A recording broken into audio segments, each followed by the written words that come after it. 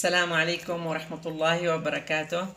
أحبائي المتابعين وأعزائي المشاهدين، اليوم إن شاء الله طبقنا خبز ملوح يمني بناء على طلب كثير من البنات. طلبوا مني طبخات يمنية. طبعا البنات مقبلات على الزواج، وطلبوا مني أكون أسوي لهم على أساس عشان يتعلموا. اليوم طبعا احنا بنبدأ بالخبز. بسم الله. الحين المقادير والمكونات. طبعا هذه سمنة مع الزبدة، ملعقة صغيرة ملح، ملعقة طعام حليب، وملعقة طعام زيت، كاستين دقيق قمح، وهنا كاستين دقيق أبيض. يكونوا متعادلين الدقيق الأبيض والقمح، كاستين بكاستين. اللي حابب طبعا يزود الدقيق الأبيض ممكن يسوي مثلا كاسة دقيق أبيض وكاستين قمح اللي هو دقيق البر. بسم الله، نبدأ الطريقة.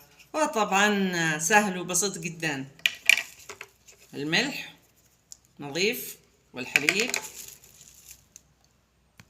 والملعقة الزيت.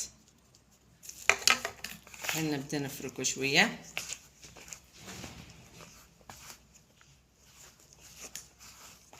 الحين بضيف الموية،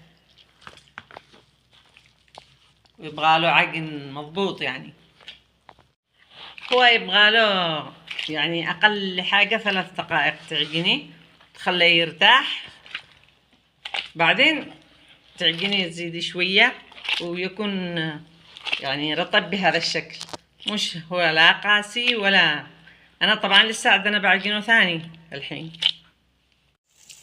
الحين أنا كملت العجينة وبتركها ربع ساعة ترتاح. هي أفضل شيء إنكم ممكن من نص ساعة لا ساعة، كل ما ارتاحت يكون الخبز يعني أكثر طراوة وحلاوة.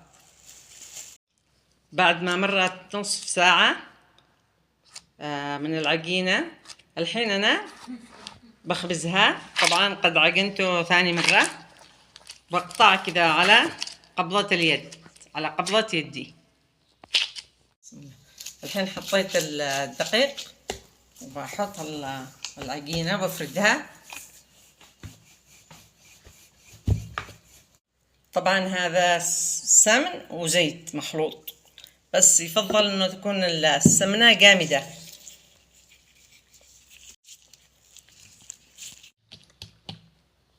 طبعا الحين بنطبقه بعد ما حطيت له السمنة والزيت. الحين بنطبقه.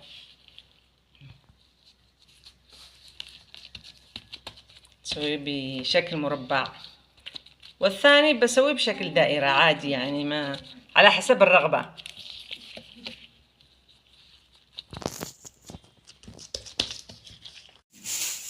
ضروري نغطي العجينة، كل ما أخذنا منها قطعة نغطيها، وكمان نغطي اللي سويناه. أحبائي المتابعين وأعزائي المشاهدين، أنا طبعا سويت الأول مربع، والحين هذا بسويه دائري، بعطفه بهذا الشكل.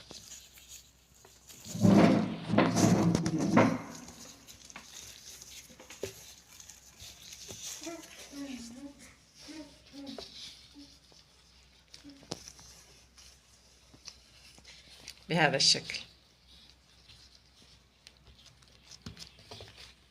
طلع بقوة كذا، وبخلوه برضه يرتاح. حطيت الحبة الأولى أخذتها، والحبة الثانية أخليها ترتاح، والحين ببدأ الشغل بالأول. أنا حطيت دقيق على الرغيف، بس ما تخلي الدقيق كثير، يعني شوي شوية، لأنه لو سويتي كثير ما بيجيش حلو. أحبائي المتابعين، طبعا عندما تفردي ركزي على الأطراف، كمان ركزوا على الأطراف ال4 على أساس ما يجيش ثقيل بجهة وبجهة خفيف، يجي كله مع بعض متساوي. الحين باخذه له فوق الصاج. طبعا انا حطيته على الصاج. اول حاجة تكون النار عالية شوية، بعد كذا تخليه على نار هادي، واشوفوا على حسب الرغبة. اللي يبغى يسوي حاجة بسيطة من الزبدة والزيت او السمنة. الحين بقلبه شوفوها. كمان بسوي بالاطراف شوية، واللي ما يبغى لا يسوي على حسب الرغبة يعني.